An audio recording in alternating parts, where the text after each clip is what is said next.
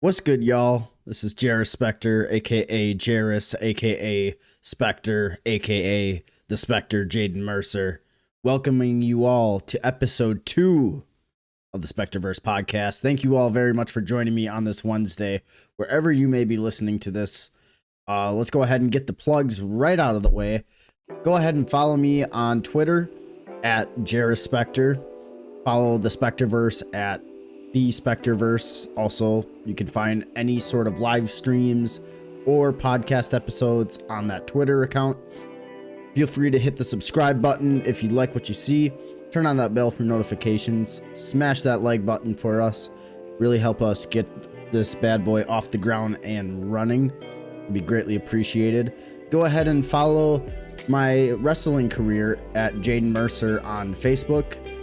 And also, you can go ahead and follow me on Instagram at JariSpectre. And then while you're over at Facebook checking out Jaden Mercer, feel free to follow the SpectreVerse page as well at the SpectreVerse. With all that being said, we have a lot to cover. And I mean a lot to cover. So we are actually going to really dive deep into this episode 2. Let's go ahead and start off with a weekend recap. I don't know about any of you all that may be listening in the States. If you're listening from out of the country, kudos to you. Thank you for finding me, first and foremost. But let's just go ahead and get this out of the way. The weather here up north has been terrible. And I won't even say like the roads themselves have been fine. But the temperature over this past weekend was fucking abysmal. Like we're talking just at a standing temperature of like -15, and then adding wind chill, it felt like -60 outside. And that was literally all weekend long from start to finish. Still kind of bleeding into today, but today was probably the warmest day of the past like 5 days. And it was a high of 7, which is fucking, I don't understand why Mother Nature wants to do us dirty like this, but hey, sometimes you just got to roll with the punches, you know what I mean? So with that, the weather really kind of, halted a lot of plans that I had personally for my weekend. And it sucks, but at the same time, I know this is a very important weekend that I had because I'm recording this on Tuesday. Yesterday was my 27th birthday. And I will say that was probably one of my favorite birthdays I think I've had in a very, very, very long time. And literally all I did was I spent it with my lady. We went out to a few places. We went out to dinner. And otherwise we just stayed inside and just hung out with each other. It was great. Literally just sat around, played a few video games here and there, watched some episodes with her. Literally, and I just had to like think to myself, I'm like, damn, life is good. Life is really good. And I am forever thankful. And that's probably one of the weird things that I'm still adjusting to is that I'm finally getting out of my mid-20s. And anybody that may be older definitely can relate to this. But even if you're younger, just saying from like 20 to 25, you have free reign to do as you please and no cares in the world. But at the same time, you got to be thinking in the back of your mind, you're going to have to start building for your future if you're not already. So 27 really helped me put into perspective what I want my future to look like. And now I'm taking the proper steps to get to that point. And so it was really cool putting everything into retrospective and being able to really just kind of embrace everything and be excited for what the future holds. Like, obviously I ain't going to dive too deep into what my future will look like at the moment, just because I'm a very personal guy. I don't like to talk a whole lot about personal stuff, but I am very, very excited, and I'll let you guys know what else may come my way. But in the meantime, we are strictly sticking to business here. So, other than it being the weekend that I just turned 1 year older, we got a lot of wrestling stuff to cover. We got some football stuff to cover. And maybe even a little bit of basketball stuff.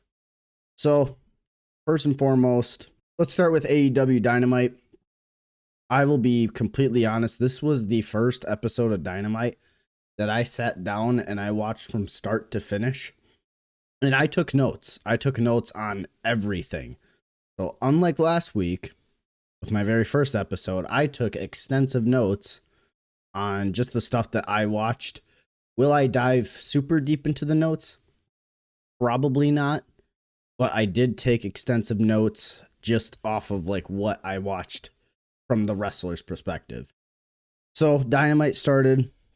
It was a segment between MJF and Brody King. And Brody came out because MJF beat Bandito last week for the title.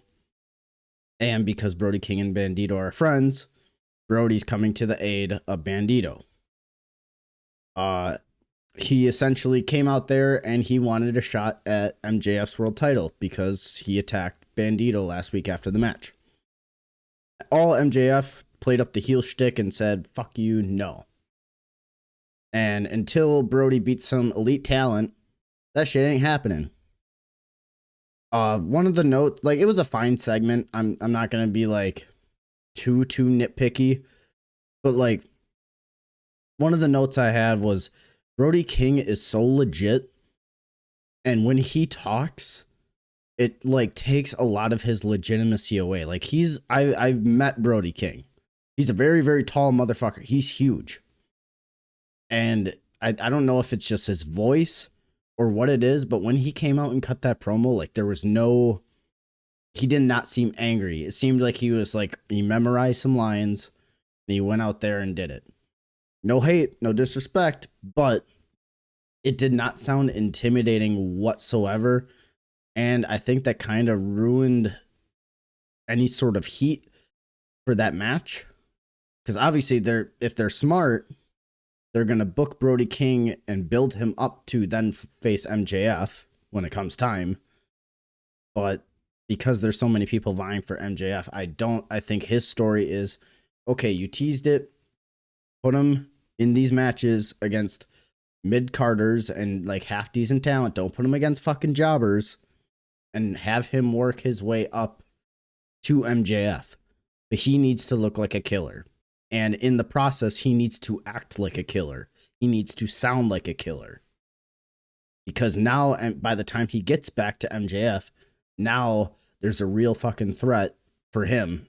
And then if you want to keep the title on MJF, that's where you have him do something dastardly.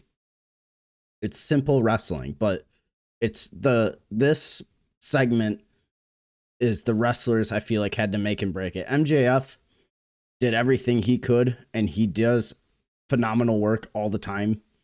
But I think Brody needs to like step his A game up. He needs to get fucking angry just to build some more heat for it. So that's my thoughts on that segment. Then we had a backstage segment, which there's a lot of backstage segments. I get it. You only have 2 hours of television time, but Jesus Christ, what is with all the backstage segments? It's ridiculous, and I'll get into it a little bit more. Backstage segment. You got Hangman, Kevin Knight, and Mike Bailey. They're the new Trios champions. They are back there getting interviewed, and they're like, oh, what are we going to have for our name? And they're rattling off names, haha, whatever. And then, essentially, it sets up what will be Kevin Knight versus Swerve Strickland for the main event. Then we have Samoa Joe versus Mike Bailey. Samoa Joe won the match. It's a fine match. Very, very solid. Both guys know how to work. Literally have no complaints with either or. I just don't think... I think the wrestling fan base for AEW, they know who Mike Bailey is. And he's solid. But there's still not really any substance there for people to like really gravitate and invest into Mike Bailey. He's great. But he's missing that it factor. Samoa Joe is Samoa Joe. We all know what to expect. He's awesome no matter what. And he kills it night in and night out. And with the topic of wrestlers that we grew up with starting to retire, it's going to be a sad day when he retires too, but we'll touch on that later in this episode. So after that match, we had the Death Riders versus the Don Callis family. My thoughts on this is I don't know, and this is just me still catching up on AEW essentially. Are the Death Riders heels or baby faces? Because last time I checked, they were heels. And I was always under the impression that the Don Callis family were heels, and I believe they still are. So, like, does that make the Death Riders baby faces? And if so, like, why wasn't I just a casual viewer, even though I'm a wrestler? Like, why wasn't I able to decipher that? You know what I mean? Like, it should have been more blatantly obvious. Which I understand, like, both personas and all that fun stuff, but it's just like, I like it just, for me, there wasn't anything there. And it's like, I like the Death Riders. I think they're cool.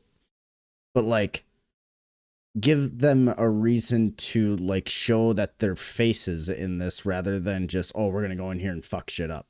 You know what I mean? Like, everybody wants to be the cool badass ass kicker or whatever. But if there's no like, oh, we're specifically rooting for that team, then you got nothing. So, and that's kind of what this match felt like. And they did a lot of crazy shit. And I'm actually that was one of my notes from this match is, why is it on AEW television that they always want to use any sort of weapons literally every week? Like, I get it if it's like an homage to ECW, but that's what made ECW special. That's not what I think Tony Khan and his crew wants AEW to be. It's like they want to be like WWE, but they want to pay homage to everything else that happened in other territories and companies and places worldwide. And it's like they're trying to compile it all into one company. And I just don't think it's sticking. But they brought out tables, they had chairs, chains, glass. Glass is a bit much, especially for weekly television. Like, save that shit for the pay-per-views where it actually fucking matters. Not just, oh, it's a random episode of Dynamite and Jon Moxley feels like he wants to cut himself. I love Jon, but literally, he's one of my favorite wrestlers from when I was, probably 12, 13, maybe even younger than that. But it's just like, you don't need to cut yourself and go through fucking glass and barbed wire and all this shit every single week. Save it for when it matters. And that's just that's literally just my 2 cents on it.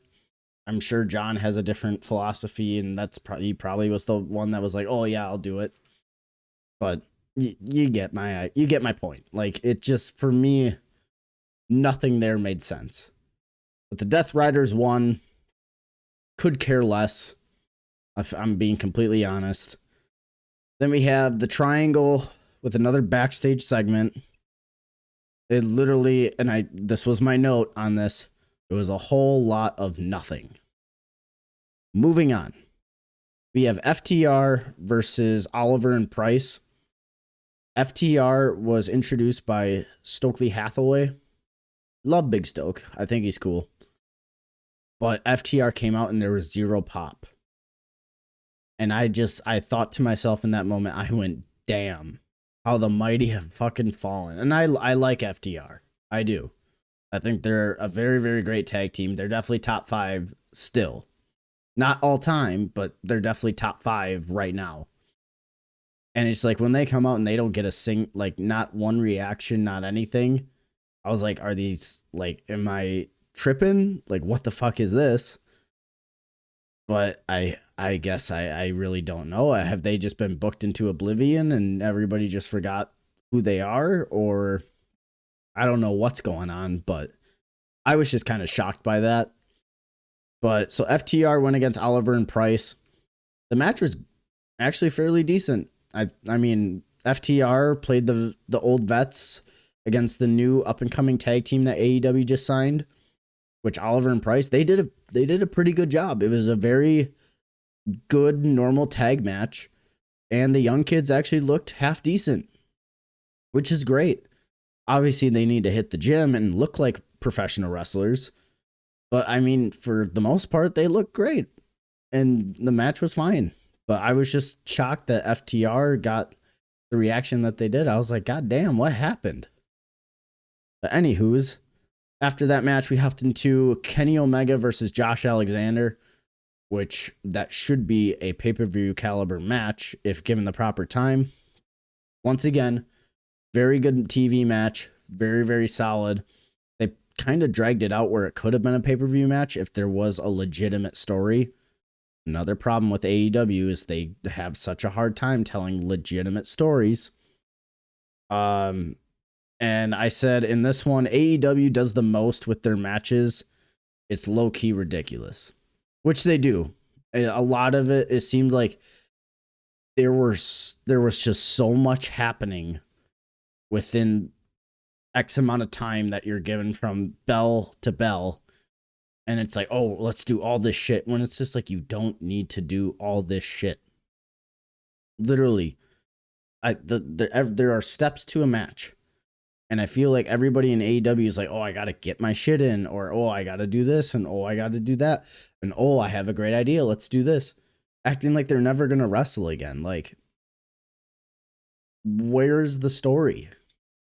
You know what I mean? Like, I'm not hating because I definitely have respect for all the wrestlers out there. But it's just like, maybe it's not even their fault. Maybe I'm completely wrong with how AEW operates, but it's just like, damn. Like, there's got to be better ways to structure these matches just to give it a little bit of meaning. But going off of that, Kenny Omega won, and he had a post-match promo telling Don Callis to essentially stay out of his business, because it seems like for the past how many years, it's like Don Callis and Kenny Omega, which, if I'm going to be completely honest, I feel like Don Callis is a fucking cancer, not just as far as like the person. I don't know the person, so I don't want to be spewing hate or anything. But like the Don Callis family, I feel like it's just so unnecessary. There's a lot of unnecessary in AEW. Like, just because you're associated with Don Callis doesn't mean you have to have a faction of fucking like 12 wrestlers who don't have a single thing in common. You know what I mean? And like I said, I'm a very casual AEW guy. Like, I'm still catching up on all this shit. But I remember last time I was watching, Don Callis family was fucking like the biggest group of heels. It's like, have they still, from how many years ago, still have that same heat? Or are we just bringing people in just to put them with these guys? I don't know. So hopefully they can give some sort of meaning or anything behind it other than just being like, nope, you're going to go with him. Because, like, what does that do? Anywho's, we had another backstage segment. Shocker, I know. We had Chris Statlander, Willow Nightingale, and Harley Cameron who responded to the Triangles backstage segment. It's like, you're telling me you had to do two backstage segments with two different teams when you could have just had them interact with each other? Like, why are we doing, oh, I'm going to cut a promo here. Now I'm going to wait an hour. Now the other team's going to cut a promo. Like, have them just cut it together. Like, what? Like, am I losing my shit? Like, I don't know. But, anywho's, I've said that so many fucking times. It just didn't make sense. So, on to the next match. We have another tag match. We have Penelope Ford and Megan Bayne versus the Timeless Love Bombs. The match was fine. It was meh. I feel like some of the timing things were just off in certain points. Usually, I think it was, if I remember correctly, it was towards the end of the match. It was kind of like getting a little sloppy, but very, very minuscule. Like, the match was fine. It was very passable. And Marina Shafir cost the Timeless Love Bombs the match by choking out Toni Storm outside as she was going to go in to break up a pin. And the ref's back was turned because the referees in AEW just are so oblivious to everything. They could be like, hey, look, a bird, and get completely distracted. So, match was fine. It was whatever. Penelope Ford and Megan Bayne get the win. And then we have our main event. We have Swerve Strickland versus Kevin Knight. This was a very good main event. And I will be the first to say Kevin Knight is underrated as fuck. And he is very good. He could easily be something special if given the proper care and time. Swerve is great. And from what I remember seeing, I believe he said a family member died the night before or the day of, or it was a family friend. I forget what I saw on Twitter. But I was like, damn, I feel for the guy. But then he went out and went to work, and he kept his stuff simple, and he let Kevin Knight get all the shine and everything. Like Kevin looked legit, and it was awesome to see. But then towards the end of the match, there was a pile driver on top of the guardrail, which I don't think I've ever seen before. It looked sweet. However, that would have been a great finish, but Kevin Knight ended up rolling in before the 10 count hit, and then Swerve Strickland took care of business from there, hit all of his big moves, 1, 2, 3. But I was just like, damn, that would have been a great fucking finish because the crowd popped so perfectly there. And honestly, if you get pile driven on top of a guardrail, there's no way you should beat a 10 count. But that's just me. And maybe I'm a little more old school like that, where I feel like less is more. And I feel like that really goes over people's heads in AEW. And that's, kudos to them for wanting to push the envelope forward. But I'm saying, as far as if you are looking to build a long-lasting future for your company, you have to be realistic about these things. Like, not everybody is a superhero. Give your certain stars that you're trying to build from mid-card to main event that superhero power, or even your main eventers. Give them the superpowers to fucking beat those counts. But when everybody does it, nobody feels special. Post-match, Swerve was looking down MJF because MJF was watching from the nosebleeds, essentially teasing, hey, Swerve is coming for your title. So I feel like that's the story, is everybody's vying for a shot at MJF, and everybody's trying to prove a point of who deserves to take that number one contender spot, which is great. It's a great concept, but now elaborate on it. Push it forward. Don't just be like, oh, I want a title shot. Oh, but this guy's got a title shot. And I remember last time I watched, they had like a ranking system. And it's just like the ranking system, although it worked for a little bit, and then they kind of just shied away from it because shit just wasn't making sense anymore. But like, that's the shit that should realistically, you should use your numbers to create your number one contenders, right? Like, it makes sense, and we wanted to be very analytical. I don't think they are anymore. And I feel like part of that reason is because that's one of the few reasons why they're not doing very good at the moment. But the number one thing is storytelling. They tell stories, but they don't elaborate. There's no substance there. There's no characters to fully get invested in. No super underdog baby faces that were like, yep, that's our guy. And there's no heels that it's just like, other than MJF and a select few, there's no like, oh, I want to watch that guy get his ass kicked. So it's going to be a lot of that, I feel like, going forward with AEW. I mean, I'll keep taking notes on it, but it was a fine episode for TV, I guess. But there are so many things that they can just cut out the fat to make better. And I just don't feel like they're doing it. So that was AEW Dynamite on Wednesday. Let's hop over to Friday night on SmackDown. We had Sami Zayn open the show. cuts a promo saying he's excited for Saturday night's main event. Number 1 contenders match, Fatal 4-Way. Trick Williams comes out, says Sammy can't ever get the job done. What makes him think he's going to be this time around in his hometown?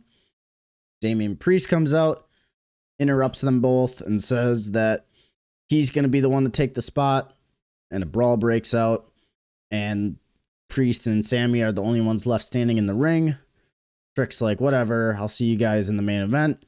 Randy Orton watched it backstage, and it's just like, we all know it's going to be me. Like, I'm chasing my, I think it's title 15, if I remember correctly. And so Randy was just essentially throwing his 2 cents in without actually being involved. And that is your Fatal 4-Way for Saturday night's main event. Number 1 contenders match for the WWE Championship. We'll touch on that match in a little while. First match we had was Ilya Dragunov versus Carmelo Hayes for the U.S. title. It's a rematch. And it was a very, very solid match. A lot of cool spots. Ilya's great. Carmelo's great. Finish was The Miz helped Carmelo Hayes retain. And Carmelo is very much like, what the fuck? Like, dude, go away, essentially.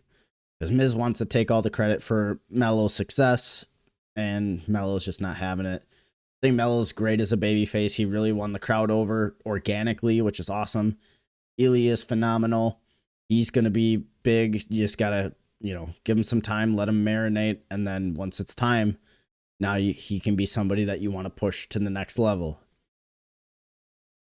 Then we had a really good backstage segment between Cody Rhodes and Jacob Fatu. And I don't know if it's me, but Cody Rhodes really started to show some heel tendencies talking to Jacob Fatu backstage. Talked about his prison time and how he's never been in a title match. And I was just like, oh, okay. Like Cody's starting to kind of be a bit of a dick. And I was like, is this the start? I was getting excited, and like Jacob Fatu could easily been like, you know what, fuck you, whatever, blah, blah, blah. But no, he's like, no, that did happen to me, and I'm a better man for it. And it's just like, okay, so he's like, okay, we got 2 baby faces going at it. 2 people that can't really afford to lose at the moment, even just because Cody just lost the WWE Championship, and Fatu just came back from being out. So it's like, okay, they're in a match, and neither person can lose. We'll touch on that once we get to Saturday night's main event. Then we had Chelsea Green versus Jade Cargill. It was a very quick match. Jade Cargill won. Jordynne Grace was out there, and she warned Jade that she is going to win the Rumble and challenge her at WrestleMania. Then we had a 6-man tag. Not a 6-man tag. We had just a regular tag match for the tag titles. We had the Wyatt 6 versus the MFTs. MFTs, Solo Sikoa used the lantern that he stole, Bray Wyatt's lantern from Uncle Howdy.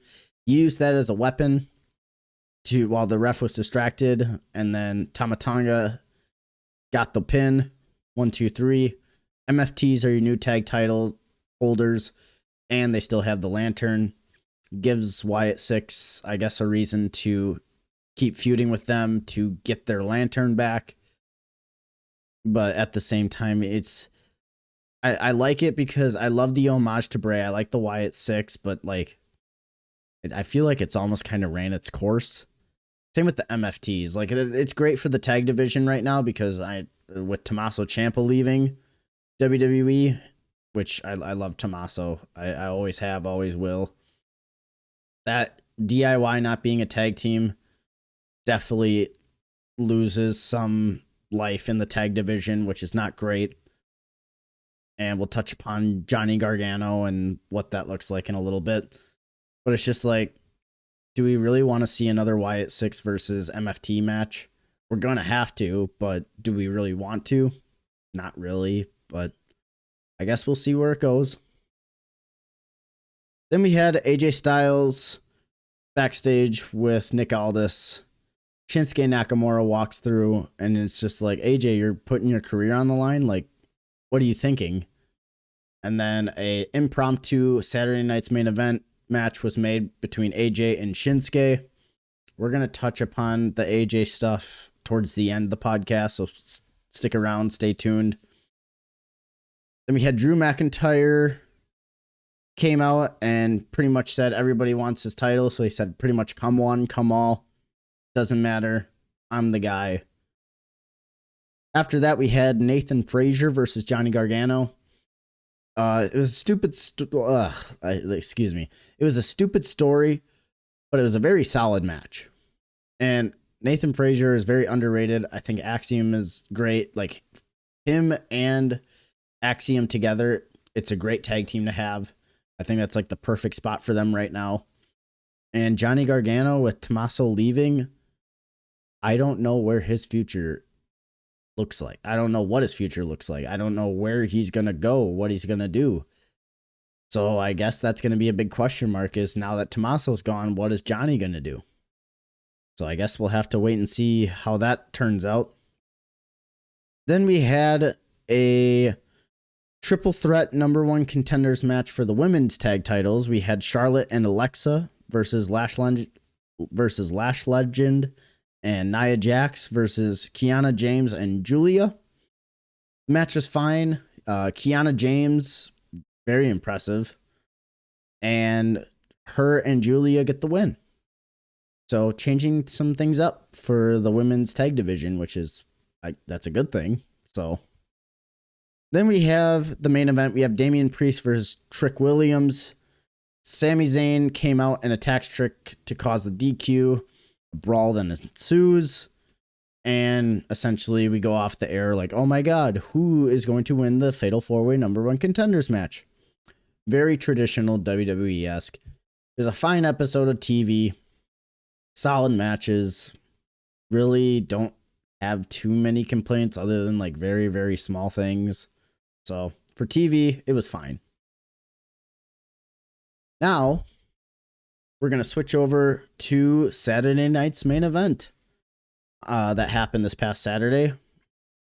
We had Cody Rhodes and Jacob Fatu start the show. The match never even started. They just started brawling right away. Ref never rung the bell. It was just a complete brawl throughout the entire arena. Drew McIntyre came out there, got involved, and he was the last one left standing.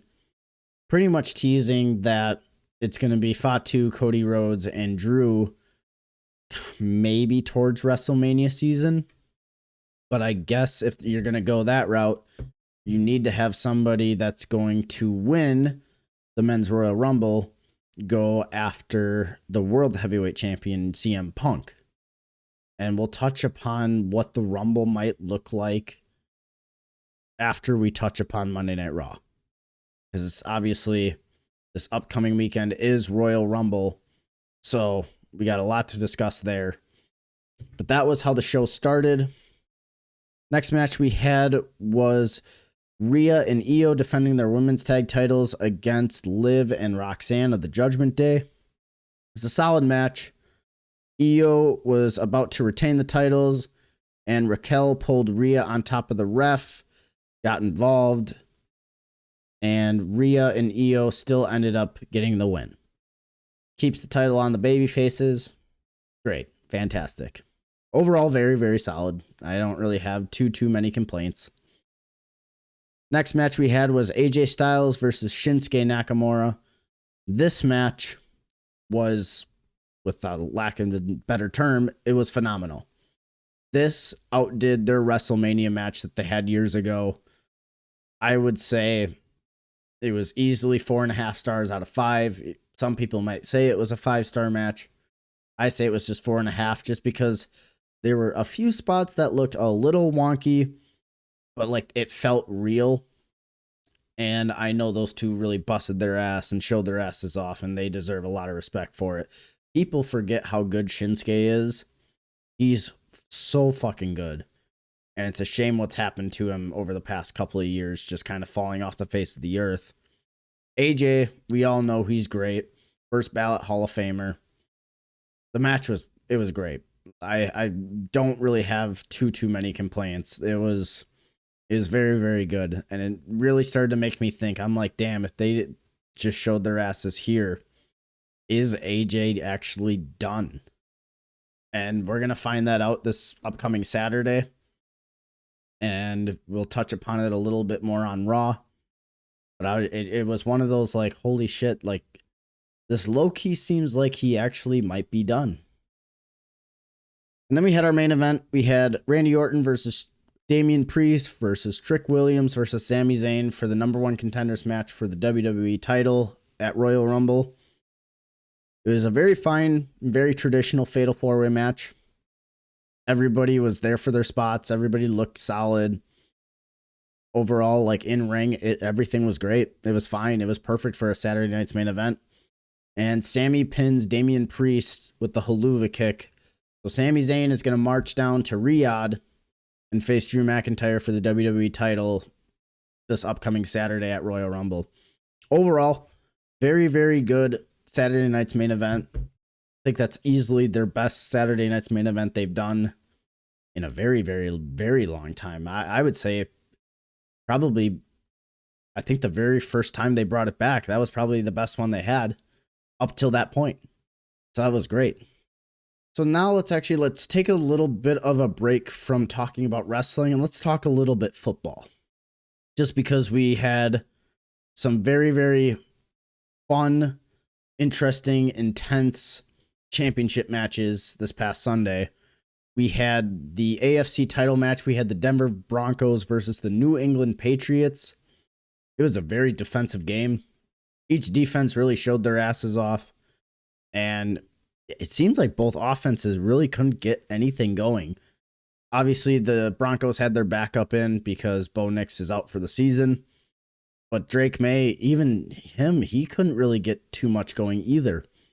And then come second half, it was a whiteout. They were just marching through the snow. And I was like, holy hell. But the Denver Broncos ended up losing to the New England Patriots 10-7. So the Patriots are your AFC champions and they are headed to the Super Bowl. And then that night, we had the NFC title match. We had the LA Rams versus the Seattle Seahawks. This game was electric.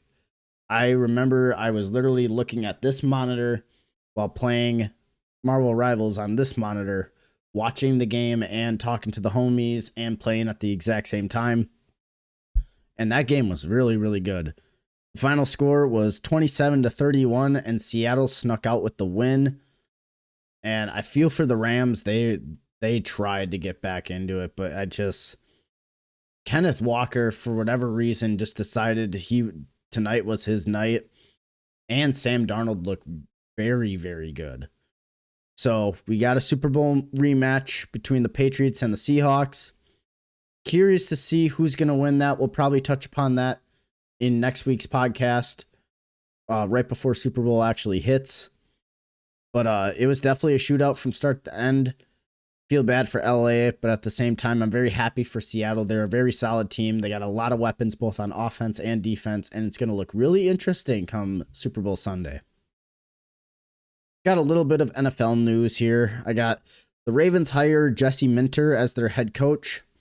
Jeff Hafley becomes the Dolphins head coach, so he's leaving Green Bay, heading down to Miami to take care of business down there. Hopefully try to turn the franchise around. We'll see. We had the Steelers planning to hire Mike McCarthy as their head coach. Bold, definitely a bold choice, but I guess they're just looking for anything to possibly keep Aaron Rodgers around a little bit longer, which McCarthy, like he's not a bad coach, he's just not a great coach, if that makes sense. And then the Packers hired former Cardinals head coach Jonathan Gannon as their new defensive coordinator now that Jeff Hafley's gone. I would say it's a very solid pickup. I think that's going to help our defense quite a bit. But I think the main thing the Packers are going to have to worry about is getting a better secondary, getting some better corners. I feel like, and then just keeping our interior line and our linebackers healthy. As far as like a defensive aspect, I feel like that's going to be like their key now that Gannon's with them, is really just making sure everybody stays healthy. And the last thing we got is the Chargers hired Mike McDaniel, the former Dolphins head coach. They hire him as their offensive coordinator. It's going to be a lot of switch ups like that going on throughout the NFL. This is just the very, very beginning. Once the offseason hits, that's where everything goes out the fucking window and everything gets completely swapped. The only thing I got as far as NBA news was I wanted to just touch upon this just because for those of you that know me, when I first started watching basketball, I vividly remember my first introduction to basketball was NBA Street Volume 2. And I think I touched upon that last week on the podcast very, very briefly. And my brother and I, we played that game for hours on end. And I always gravitated towards the Miami Heat. I loved Alonzo Mourning. I loved anything fire. I remember touching upon this, but then I kind of like fell out of basketball. I would just play the game, but I wouldn't actually watch it.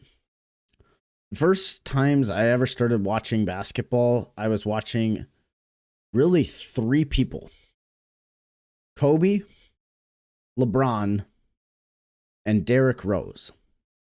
Derrick Rose from 2009 to like 2013 was my favorite NBA player. And ironically enough, because of my knee injury, I felt so bad because I remember I had his jersey and we were watching the playoff game when it happened. And when he went down, like my heart sank. And I was just a wee little kid too. And I think it's very, very beautiful watching the Chicago Bulls still, although he never won a title for Chicago, I think it was very, very beautiful and well done that they retired his jersey. Because, I mean, the kid, he was from Chicago. He got to play for his hometown team. He won them an MVP, kept them in the playoff picture for, I would say, half a decade. And he was still putting up all-star numbers. And I modeled a lot of my game after Derrick Rose. And just that moment, watching that over this past weekend, it was very, very beautiful. I definitely shed a tear. Man, I'm very, very happy. I'm very, very happy for him to finally get his flowers. That really, really made me happy. But that was the only thing really that I wanted to touch on for NBA. We're going to hop right back into wrestling here real quick to wrap things up. We got Monday Night Raw that happened. I'm recording this on Tuesday. It happened yesterday. AJ Styles opened the show and says that he will retire in 2026. And CM Punk came out and also was very much like, what are you thinking? Like, do you really think you can beat Gunther? And said, if this is going to be the end of AJ Styles, we got to do AJ Styles versus CM Punk. And if we're going to do it, let's do it for the world title. Now your main event is set. Very, very great main event. Very great way to open the show. First match we had was Roxanne and Liv and Raquel versus Rio, Io, and Stephanie Vakir. Traditional 6-person tag. Very, very solid match. Literally have nothing else to say. It was very, very solid. Next segment, we had The Vision came out. Braun Breaker is back from suspension. And the few notes I have is The Pressure I think is a great nickname for Austin Theory. But now I hope they kind of like hammer down on what that means. What is the pressure? What makes Austin Theory Austin Theory? Give him some substance. Because I think the nickname is great. But now what makes him that? If that makes sense. They call out Adam Pearce. Adam Pearce comes out, apologizes to Braun Breaker for putting his hands on him a couple weeks ago, announces that Braun is no longer suspended and he will be in the Royal Rumble, as well as the rest of the Vision. And then he talked to Theory, and said he feels bad about what happened last week. Theory gets his rematch against Rey Mysterio tonight, and it happens now. So your next match is Rey Mysterio versus Austin Theory. Vision are in Theory's corner, and then Penta and Dragon Lee are in Rey's corner. Very solid match. The numbers game added up, and the Vision win. It also seemed like in that match that Rey Mysterio got injured. I don't know if any of you guys saw. It looked like during the post-match brawl with the Vision, as they're just attacking everybody, it looked like Braun was ready to go spear Rey Mysterio, was trying to bring him in, and the ref is like, no. Pick somebody else, essentially. And for that split second, I was like, oh my God, Rey's hurt. Which, once again, makes me think, is Rey Mysterio going to be the next one of the generation that's going to retire? Because it seems like he's so old he can't stay healthy. Although he loves wrestling, it's just like, you know, you have nothing left to prove. You're already in the Hall of Fame. Like, it's okay. So that's going to be another tough one to swallow, realizing that, oh my God, Rey Mysterio is going to be next too. So definitely something to think about, but overall it was a very solid match. I think Austin Theory is great, very underrated, and he just needs some more substance. That's really all he needs. He needs substance and guidance, which hopefully he gets from Heyman. I remember when Austin Theory first joined the Vision, they were like, oh, is he Seth Rollins' lackey, essentially? I really hope that he's not. And I hope that, like, he sticks with Heyman to really, like, get some sort of character behind him. But that's just my 2 cents. Next segment we had was Natalya had a heel promo for Maxine, just essentially being like, you failed me, blah, blah, blah, blah, blah. Typical heel promo backstage, so it was fine. Natalya's great. We had a Roman Reigns video package for his return at Rumble this upcoming Saturday. He's a lot of people's odds-on favorite to win it. I wouldn't even go that far. I can see him winning it, but I think there's other people that have more of a story that deserve to win it. But that's just what I think. Then we had Michael Cole had a backstage interview with Gunther.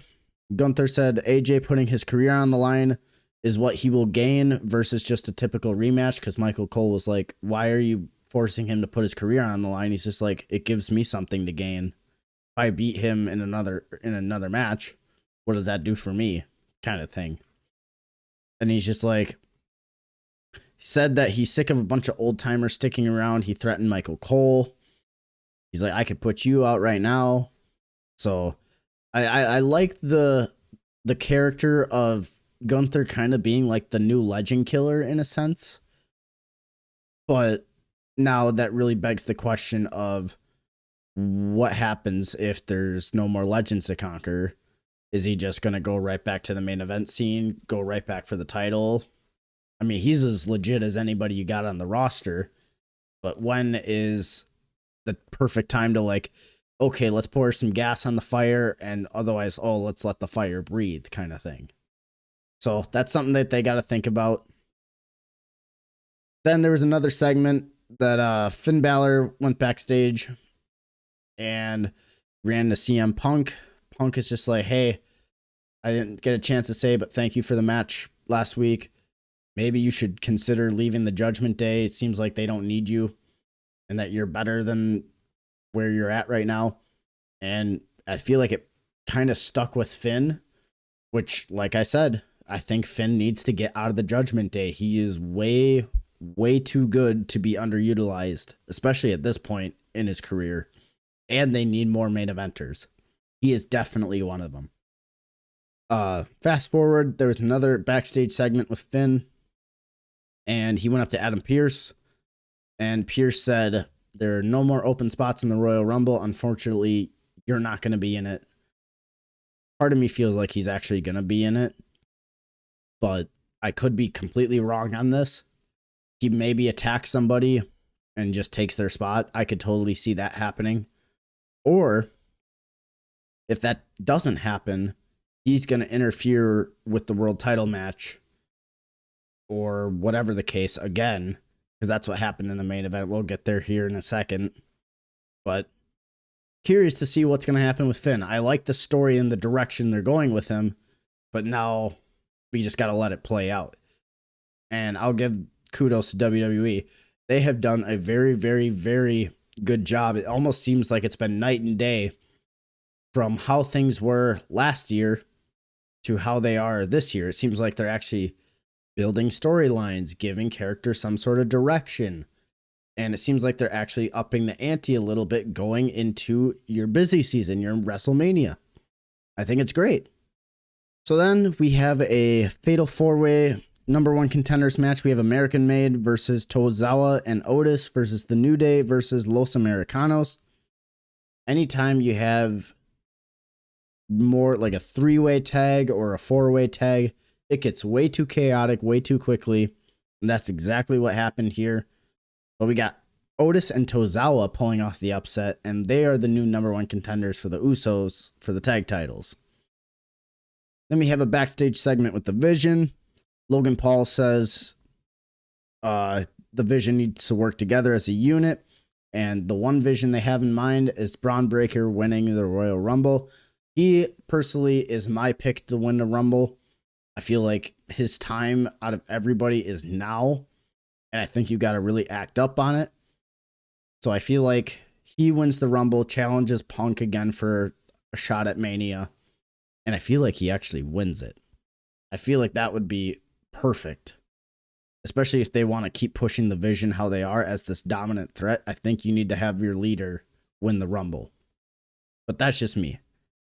But one of the things in this segment that I kind of found odd was while Logan was talking, Paul Heyman was on the phone, and it seemed like Heyman and Braun were very kind of in their own little world behind everybody versus what the actual group was doing. So I guess we'll have to wait and see the Saturday once the Rumble happens, what's going on.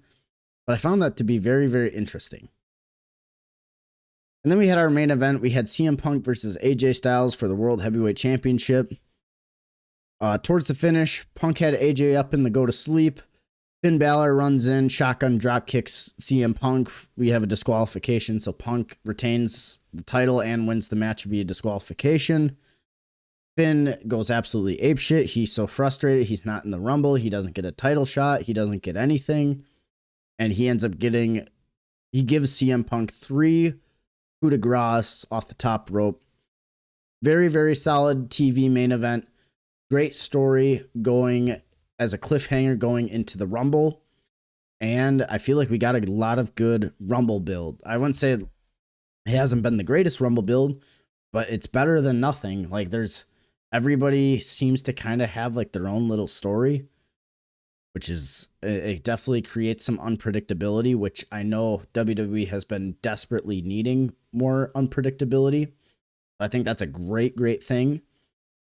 And I'm very, very curious to see what the Rumble looks like.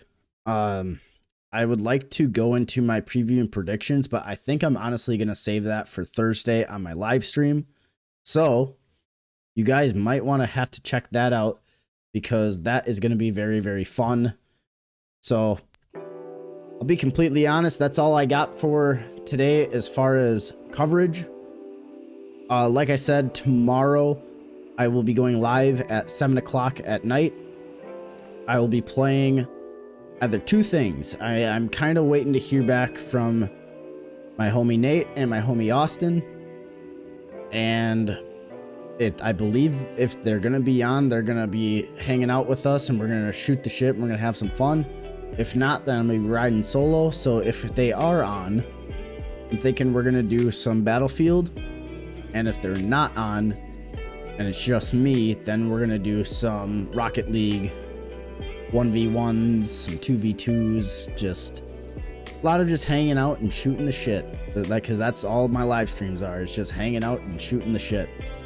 I'm thinking one of these weeks, probably I would say within the next 3 to 4 weeks, so roughly a month, I'll do an episode strictly about my wrestling experience, my wrestling career thus far, and we'll kind of just dive deep into that. I feel like that would be a unique episode, and just kind of give a break to all the chaos that goes on, especially with NFL just wrapping up, college football's done. NBA is, they're riding hard right now, but it's not going to amp up until April. So we'll kind of wait on that.